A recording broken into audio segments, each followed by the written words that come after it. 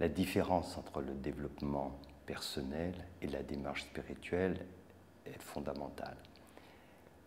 Le développement personnel t'apprend à obtenir tout ce que tu désires. La démarche spirituelle, elle, à te débarrasser de tous tes désirs. Donc, ce sont des voies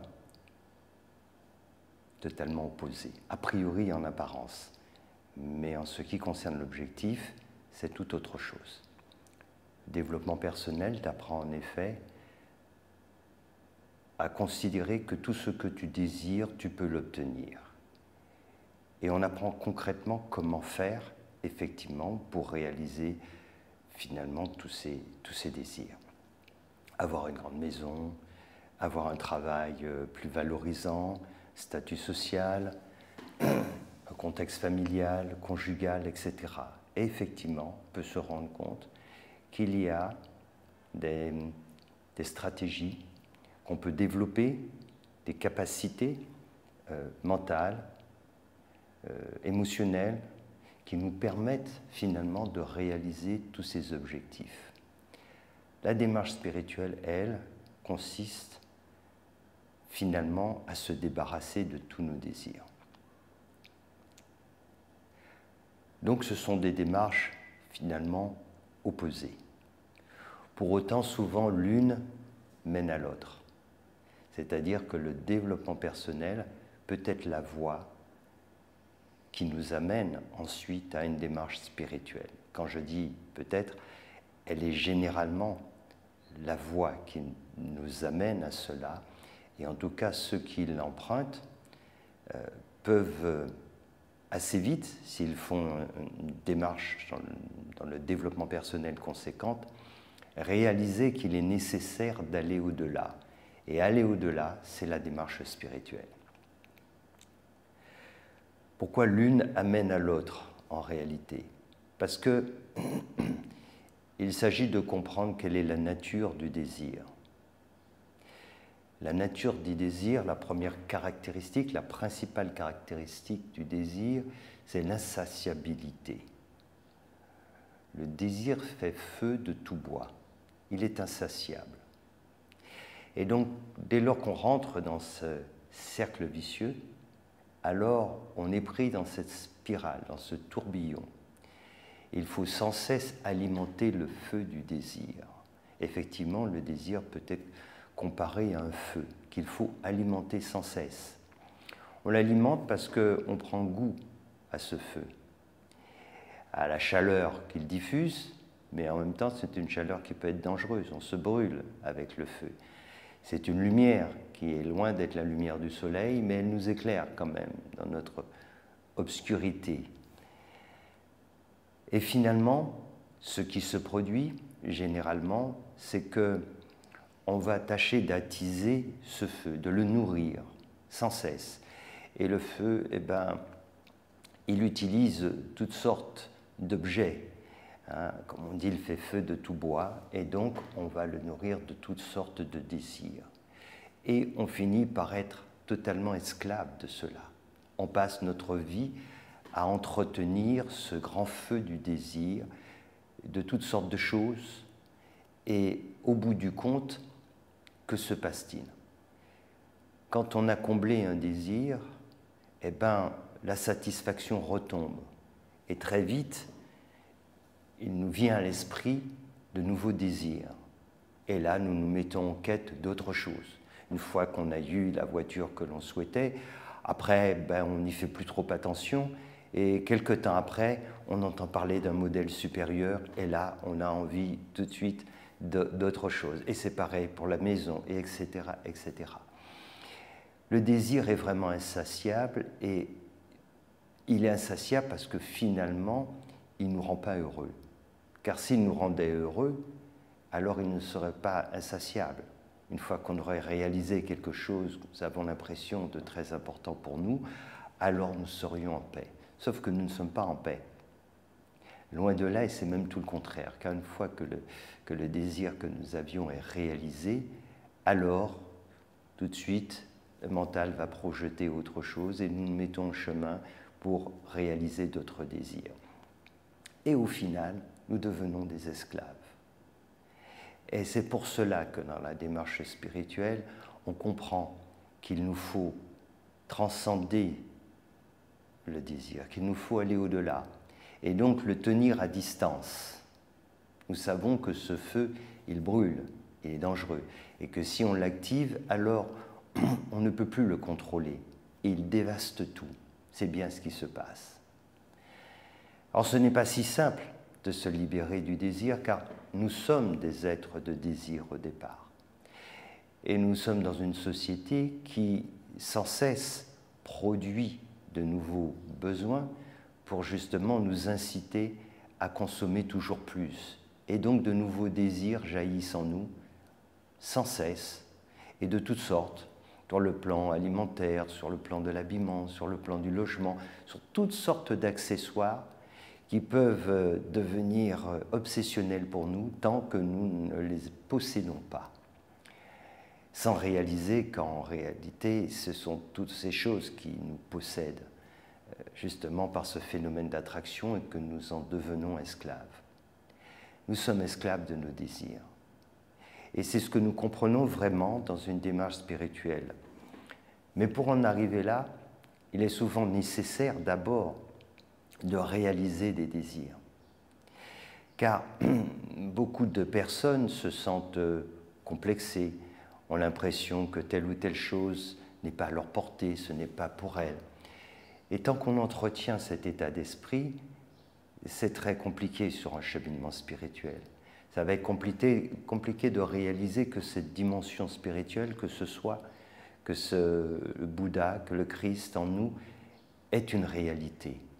Si on a vraiment un manque de confiance en soi, on est très complexé, ça peut être vraiment difficile. Et si on ne sait pas relever des challenges, alors ça peut être un vrai handicap.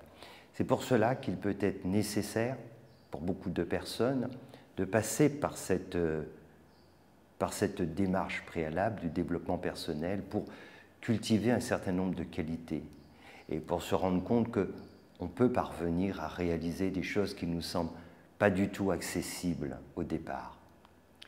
Et cela peut être vraiment des atouts pour ce cheminement. Mais il y a toujours une contrepartie, car cela peut développer notre sens de l'ego et ensuite nous empêcher d'aller plus loin. Effectivement, dans ce chemin-là, j'ai rencontré beaucoup de personnes qui avaient une piètre image d'eux-mêmes au départ, ne se croyaient pas capables de réaliser certains projets, d'évoluer sur le plan professionnel, etc. Et une fois parvenus, en les aidant à développer des capacités, donc des ressources sur le plan personnel, alors leur comportement a changé. Et là, maintenant, l'ego s'est développé et l'intérêt pour la démarche spirituelle, elle est vraiment plus présente. Alors, c'est une étape. On peut avoir besoin de cela, pas seulement quelques années, mais ça peut être plusieurs vies. Mais il arrive un moment donné où on comprend intuitivement la nature du désir. Parce qu'il faut bien comprendre que le désir, c'est aussi la contrepartie qui est l'aversion. Quand vous désirez très fort quelque chose, cela veut dire que de notre côté, vous avez une aversion très forte pour le contraire de ce que vous désirez. Si vous voulez être très très riche, alors être simplement riche, vous n'en voulez pas. Je ne parle même pas d'être pauvre. C'est quelque chose qui pour vous est vraiment inenvisageable. Et donc, ça va être difficile pour vous d'apprendre ce détachement, d'apprendre à vivre de façon sobre. Et c'est pour ça que c'est un vrai problème qu'il faut comprendre vraiment à la racine. Et il y a des étapes pour avancer sur ce chemin. Si vous avez l'impression que tout cela n'est pas accessible pour vous, vous êtes condamné à la pauvreté. Alors il faudra peut-être passer justement par la case développement personnel et réaliser que vous aussi, vous pouvez avoir accès à toutes ces choses, sur le plan matériel ou autre. Mais une fois que vous avez eu accès à cela, vous finirez par découvrir que ce n'est pas la clé du bonheur. Et donc, il faut aller plus loin que cela et réaliser en fait que si vous voulez atteindre cet état de paix, de sérénité et finalement de bonheur, il faut apprendre le détachement et donc finalement se libérer du désir. C'est pour ça que c'est un aspect très important aussi à comprendre dans cette démarche spirituelle, c'est que si on reste dans une approche strictement du développement personnel, tout ce que l'on désire très fort génère toujours le contraire. Et cela crée une tension finalement en nous. C'est le contraire, ça va être l'aversion, comme je le disais, de telle ou telle chose. Parlons, par exemple, prenons l'exemple de l'abondance. Tout le monde se dit, ben, c'est quelque chose de merveilleux, on en parle aussi d'un point de vue spirituel, l'abondance.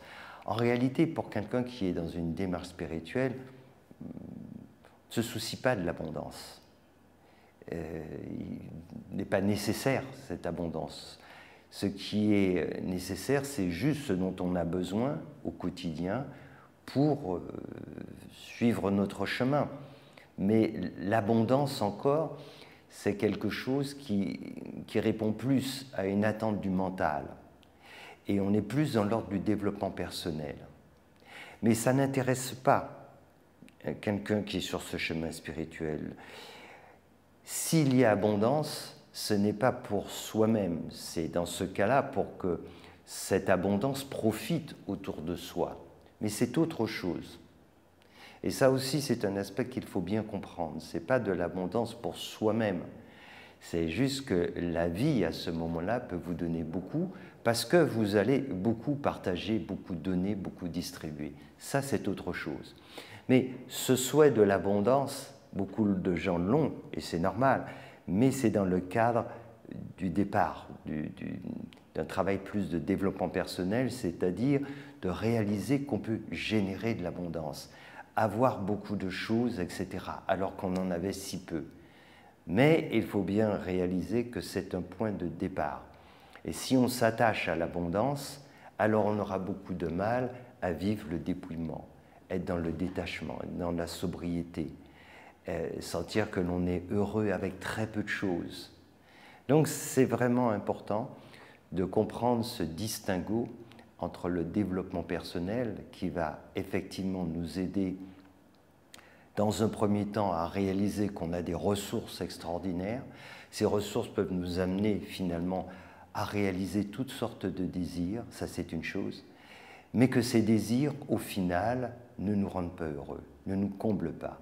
Et donc, en allant plus loin, on entame cette voie spirituelle, ce chemin, et donc on réalise que finalement, la première chose qu'on doit faire, c'est de se libérer justement de nos désirs, et là, on entame vraiment cette démarche spirituelle. Donc l'un nous amène à la réalisation de tous nos désirs, et l'autre à nous libérer donc de nos désirs.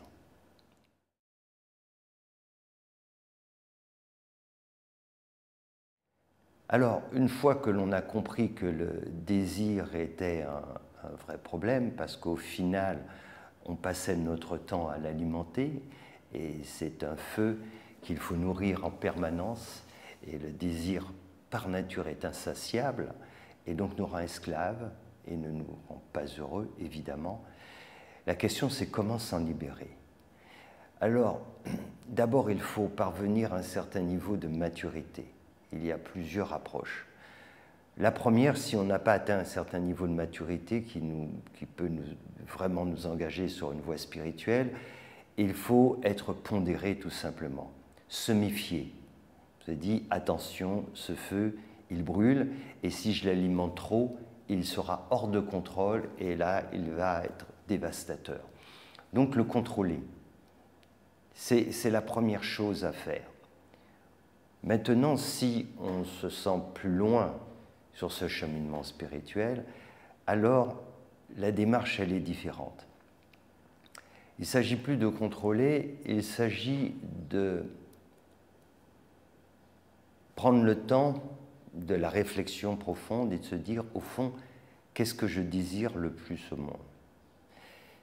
Si notre désir le plus profond, c'est de faire l'expérience du divin, de nous éveiller, de parvenir donc à l'éveil de notre conscience, alors à ce moment-là, il faut utiliser le désir pour s'élever en conscience. On pourrait considérer tous nos désirs comme des pièces de monnaie, une multitude que l'on en a, et puis on peut se dire, mon désir supérieur, suprême, c'est l'éveil de ma conscience. Alors on réunit tous ces petits désirs pour les transformer en un seul, un billet qui aura beaucoup de valeur et qui sera plus léger dans nos poches.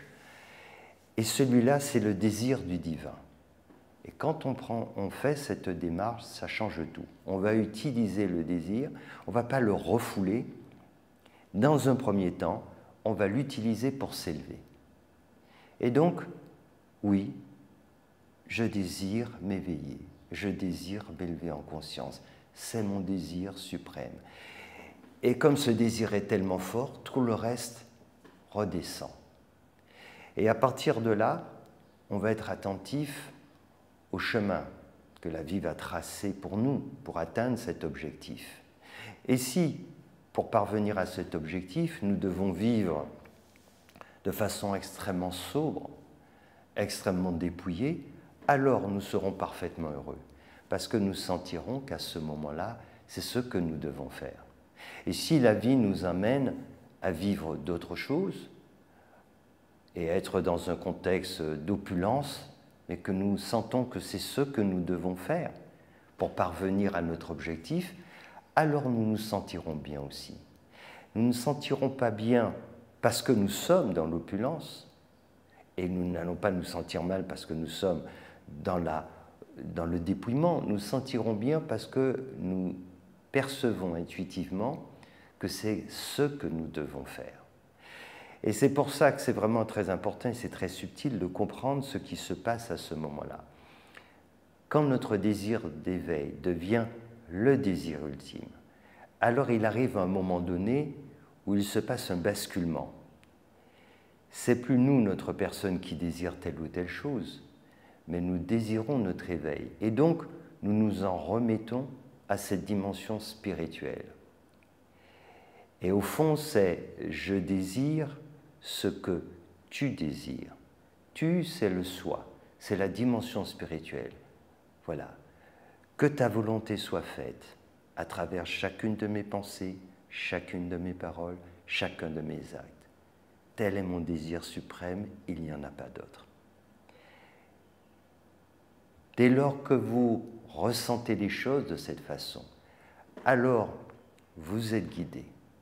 Et là, peu importe ce qui se passe, vous sentirez comblé. Et on glisse du désir au contentement. On se sent parfaitement bien, quelle que soit la situation, le lieu, parce que ce n'est pas nous qui prenons cette décision, quand je dis nous au niveau du mental, de l'ego, mais on est guidé par notre intuition, guidé par cette conscience. Et c'est notre désir le plus profond. Nous cessons d'être un cheval fou qui part à droite, à gauche, nous acceptons que ça soit le cavalier, c'est-à-dire cette conscience qui nous guide. Et sa direction est notre direction. Son désir est notre désir. Et en réalité, c'est comme ça que le désir s'estompe pour faire place au contentement. Et là, nous nous sentons profondément comblés de ce que nous vivons. Si un jour nous n'avons pas à manger, mais c'est comme ça que ça doit se passer, alors nous pouvons nous sentir merveilleusement bien. Et si un jour les choses doivent se faire autrement, parce que sur ce chemin nous devons être dans un contexte différent, nous retrouver dans un palace et partager un repas de fête, alors ça sera la même chose. Mais ce n'est pas parce qu'on est dans un palace, c'est parce qu'il y aurait les mets les plus succulents autour de nous, c'est parce que nous savons que c'est là où nous devons être et c'est ce que nous devons faire.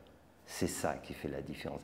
Et c'est pour ça qu'on peut être exactement dans le même état de paix, de contentement, aussi bien assis sur les gâtes à Bénarès en partageant un repas très frugal avec des sadhus, que si on se retrouve dans un grand hôtel ou un grand restaurant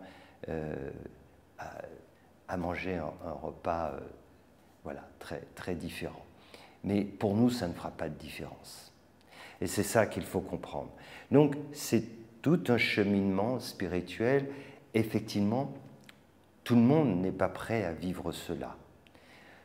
Un jour ou l'autre, oui, évidemment, mais pas forcément dans cette vie. C'est pour ça qu'il y a des étapes.